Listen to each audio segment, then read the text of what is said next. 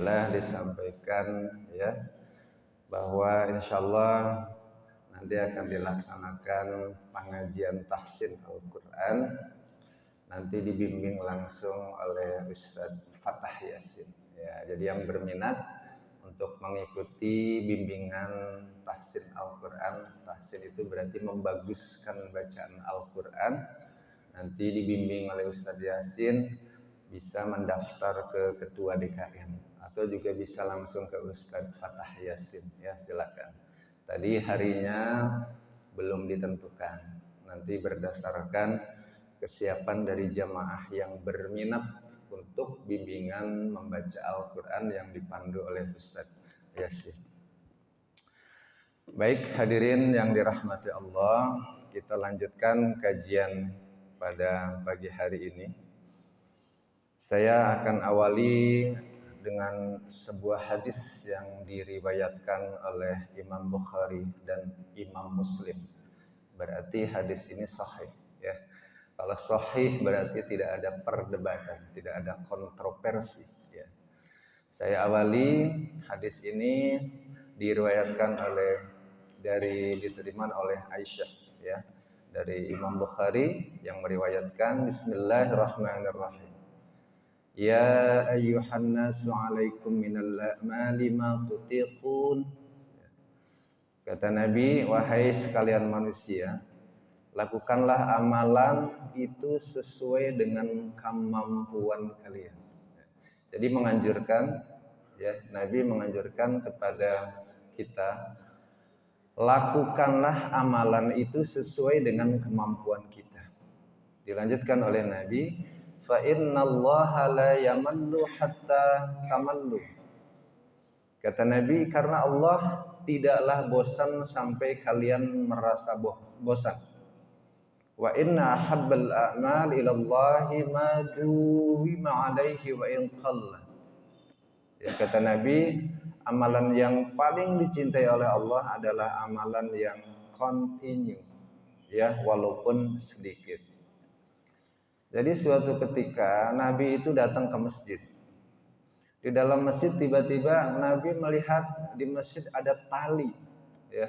Di masjid ada tali, dari tiang ke tiang ada yang masang tali. Ya, kalau di kita kan nggak ada tali. Paling kalau tarawih itu ada hijab penutup. Ini nggak ada penutupnya tapi ada tali, dipasang tali dari tiang ke tiang. Nabi datang ke masjid. Kenapa sebelumnya Nabi itu nggak ngelihat datang ke masjid ada tali? Ini ujug-ujug ya. Ada tali. Nabi bertanya, wahai para sahabat, ini tali apaan kok di masjid dipasangin tali? Ya, logikanya kalau ada tali kan lewat jadi susah karena terhalang oleh tali. Kata para sahabat, ini tali yang masang itu Zainab. Untuk apa ini tali? Dari tiang ke tiang kok dipasangin tali? Sholat bukannya dibikin lewat enak malah ada tali. Kata para sahabat, ini Zainab memasang tali. Zainab itu kalau sholat terus capek lalu pegangan tali. Supaya apa? Supaya tidak jatuh kalau sholat. Ya. Kata Nabi, bukan. Nggak boleh. Kata Nabi, kalau sholat capek ya duduk. Karena Nabi menyukai kalau ibadah itu sesuai dengan kemampuan kita. Artinya apa? Ibadah itu jangan maksain. Ya. Pernah Nabi juga didatangi oleh 3 sahabat. 3 sahabat Nabi datang kepada Nabi. Ya Nabi, aku ingin ibadah sungguh-sungguh. Aku ingin serius ibadah. Ada 3 orang, 1 orang berkata kepada Nabi, ya Rasul, saya mau sholat sepanjang malam. Dari habis isya sampai pagi, saya mau sholat sunnah. Bacaannya saya panjangkan. Sehingga habis isya lanjut sampai menjelang subuh. Semalaman saya nggak mau tidur, saya hanya mau ibadah. Berkata kepada Nabi demikian. Yang satu lagi, ya Rasulullah, saya ingin ibadah sungguh-sungguh. Makanya saya ingin puasa setiap hari, nggak ada putus. Senin puasa, ya, Selasa puasa juga, Rabu puasa juga, terus menerus tanpa ya membatalkan kecuali pada saat sudah waktu maghrib. Setiap hari puasa. Ya. Yang satu lagi, ya Rasulullah, saya ingin ibadah sungguh-sungguh, saya masih bujang.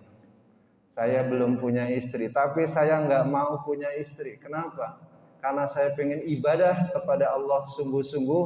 Karena kalau ada istri nanti ada yang ganggu, ya. Kalau mau sholat diganggu sama istrinya, mau sholat malam istrinya minta diajak ngobrol, istrinya ngajak nemenin anak-anaknya, nanti punya anak repot lagi. Jadi ketiga sahabat ini sampai ada yang nggak mau nikah gara-gara ingin ibadah sungguh-sungguh. Tapi apa kata Rasulullah Sallallahu Alaihi Wasallam? Aku adalah orang yang paling bertakwa kepada Allah Subhanahu Wa Taala. Aku sholat malam tapi aku tetap tidur. Ada hak istri, ada hak anak, ada hak keluarga ditunaikan. Setelah hak-hak keluarga, istri, anak tertunaikan, bangun malam untuk sholat sunnah. Jadi Nabi nggak suka juga, ya, sepanjang malam memaksakan hanya untuk sholat. Ya. Kata Nabi, aku orang yang paling bertakwa kepada Allah, tapi aku tetap berbuka kalau berpuasa. Maksudnya nggak setiap hari puasa, ya, setiap hari puasa. Mau Senin, mau Selasa, Kamis, Jumat, full 1 minggu 7 hari puasa. Tapi aku tetap berbuka, maksudnya puasanya Nabi ya sesuai dengan tuntunan beliau.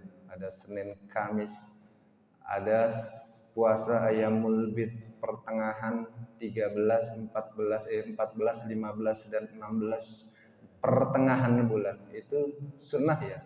Kalau kita puasa sunnah itu setiap bulan Hijriah itu sunnah tuh 3 hari pertengahan. Jadi bukan hanya Senin dan Kamis, ya 3 hari namanya sunnah Ayyamul Bid. Jadi tanggal 14, 15, 16 setiap bulan itu disunahkan untuk puasa sunnah. Dan Nabi pun, aku orang yang paling bertakwa kepada Allah, tapi aku menikah, punya istri. Inilah jadi Nabi menganjurkan kepada kita, jangan memaksakan untuk ibadah. Artinya apa? Ibadah itu kata Nabi sesuai dengan kemampuan kita. Bahkan kata Nabi, kalau malam kita mau tahajud, kalau ngantuk, Nabi menyarankan tidur dulu.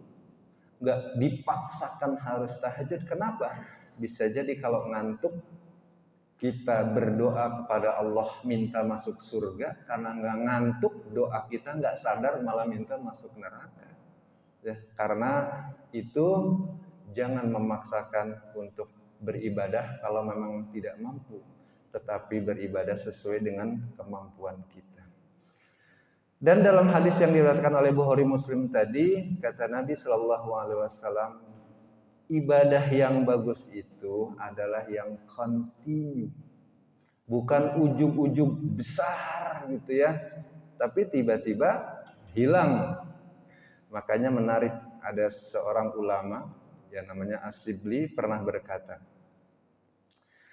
bulan manakah yang lebih utama, bulan Rajab atau Sya'ban? Ya, bulan Sya'ban itu kalau dalam hadis adalah untuk persiapan Ramadan, untuk mempersiapkan banyakin ibadah. Bulan Rajab juga demikian, adalah bulan untuk meningkatkan ibadah juga. Tapi beliau menjawab, jadikanlah Rabbaniyin dan janganlah Sya'baniyin.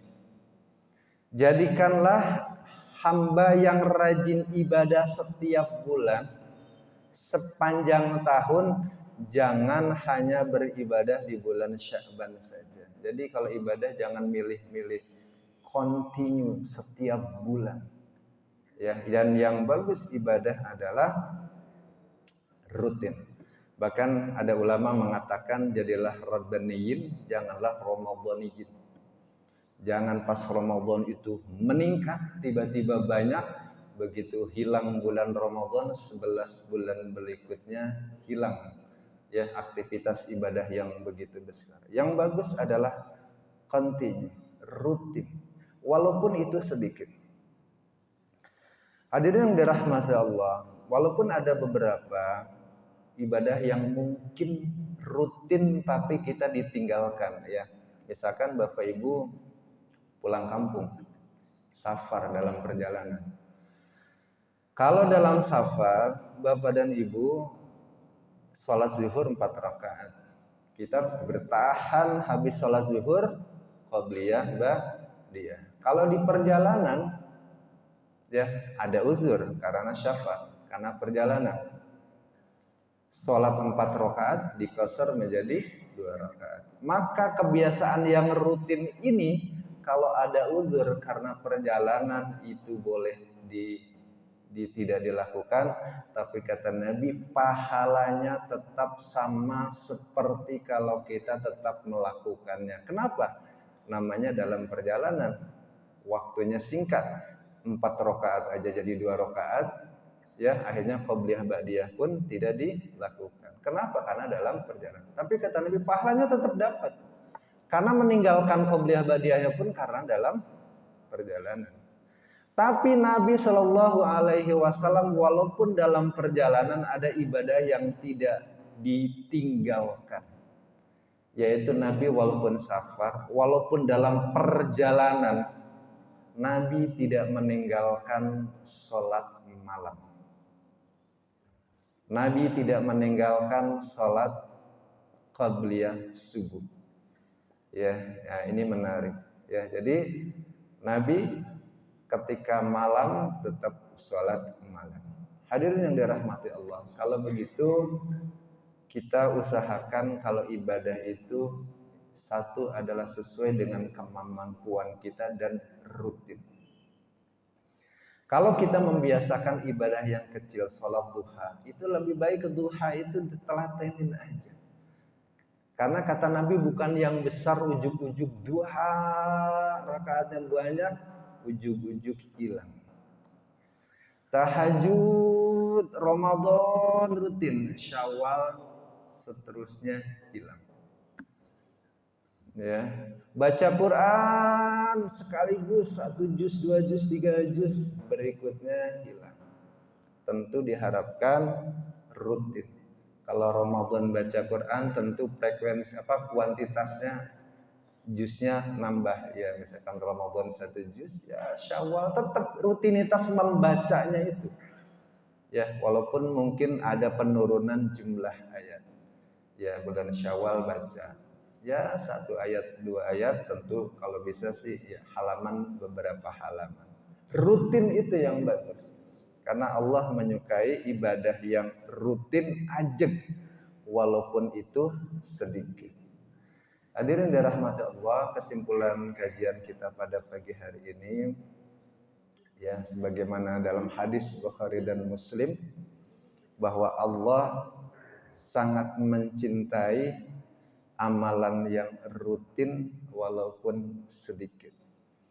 Ya menarik ini, DKM ada beberapa program misalnya, ya ada infak beras, ya seminggu sekali sedikit, hanya 1 gelas. Rutin telaten. Nanti lama-lama itu kalau nggak naruh beras kayaknya ada yang kurang. Coba, ya ada yang kurang. Tapi kalau ujuk-ujuk sekarung gitu ya belum tentu bulan depan kita siap. Ya, tapi kalau sedikit-sedikit nggak berasa. Mungkin kita ngambil segelas dari stok beras yang di rumah, nggak berasa itu. Lama-lama kemanapun kalau kita pulang kampung hari Ahad pagi, aduh Ahad pagi ini saya nggak infak beras. Dulu ada sahabat saya, orang Bekasi, ya orang Bekasi lulusan Mesir. Setiap hari punya kebiasaan amalan kecil sederhana. Dia punya kotak amal tapi di rumah. Kotak amal di rumah. Begitu meninggal istrinya nangis. Salah satunya yang menyebabkan menangis adalah bilang ke saya sedih setiap hari ini ya. Ayahnya itu infak di rumah di kotak amal setiap hari walaupun 2.000. Nanti kalau udah banyak diserahkan baru ke masjid. Jadi kotak amalnya bukan di masjid, di rumah. Nanti kalau merasa udah banyak dibawa ke masjid. Setiap hari ada 1.000, ada gope. Kenapa nggak taruh langsung di masjid? Karena kadang-kadang ayahnya kalau pulang kerja malam, kadang-kadang sore, kadang-kadang sakit nggak ke masjid. Karena ayahnya ingin mengamalkan satu amalan saja, infak setiap hari, bikin kotak amal khusus dari kayu di rumah, ditaruh setiap hari. Ada gope, ada 2.000, sampai meninggal istrinya sedih. Kenapa? Ingat ibadah rutin kecil hanya infak setiap hari, kalau udah agak banyak diserahin ke masjid. Luar biasa sampai wafat. Ya hanya infak kecil tapi rutin. Itu lebih disukai oleh Allah daripada mungkin kita langsung besar ujug-ujug tiba-tiba hilang. Begitu juga mungkin ibadah kurban. Kalau kurban kita setiap tahun kurban terus, ya. Coba Bapak dan Ibu nggak kurban 1 tahun, berasa itu. Ya Allah, sebentar lagi kurban Idul Adha. Kita berdoa, ya Allah mudah-mudahan diberikan kelapangan rezeki supaya kurban besok ada rezeki untuk kurban. 5 tahun berturut-turut, 10 tahun berturut, ujug-ujug kita nggak kurban, berasa tuh. Ada yang beda tuh. Ada yang beda. Rutin. Makanya niatkan Bapak Ibu hadirin kalau nanti mau berkurban, niatkan juga, ya Allah berikanlah kelapangan rezeki supaya saya bisa berkurban setiap tahun. Rutin tapi setahun sekali, karena memang kurban adanya setahun sekali. Mudah-mudahan Allah Subhanahu wa taala ya memberikan keluangan, kemampuan, kesehatan untuk melakukan ibadah yang kecil tapi rutin, atau yang rutin walaupun kecil. Apalagi kalau bisa besar, rutin itu lebih baik lagi. Yang kedua, lakukanlah ibadah sesuai dengan kemampuan kita. Ya, apapun itu. Kalau kita mau mendawamkan, kalau kita mau merutinkan zikir astagfirullahaladzim, Nabi istighfar setiap hari minimal 100 kali. Kalau kita rutinkan 100 kali setiap hari seperti tuntunan Nabi, itu kecil, gampang dirutinkan sampai meninggal. Ada sahabat yang merutinkan tidak batal wudhu sampai meninggal. Wudhu walaupun batal, di perjalanan batal, wudhu terus menerus. Ada beberapa sahabat mengamalkan hanya wudhu, gampang, gak pakai duit, gak ada air bisa pakai debu, dengan tayamum dia mempertahankan wudhu sampai wafat. Itu lebih disukai oleh Allah, ya, dan ibadah melakukan sesuai dengan kemampuan kita. Demikian hadirin dirahmati Allah. Mudah-mudahan hadis ini memberikan motivasi kepada kita semua, ya, untuk senantiasa meningkatkan ibadah kita kepada Allah Subhanahu wa taala, dan kita mudah-mudahan ditakdirkan oleh Allah, dijadikan oleh Allah menjadi penghuni surganya Allah Subhanahu wa taala, dan mudah-mudahan anak keturunan kita dijadikan oleh Allah juga ahli ibadah kepada Allah Subhanahu wa taala, dan sisa umur kita mudah-mudahan dijadikan ketaatan kepada Allah Subhanahu wa taala. Demikian, Allahu a'lam bishawab. Kita sama-sama akhiri dengan membaca doa kafaratul majlis. Bismillahirrahmanirrahim. Subhanakallahumma wa bihamdika asyhadu an la ilaha illa anta astaghfiruka wa atubu ilaik. Assalamualaikum warahmatullahi wabarakatuh. Alhamdulillah.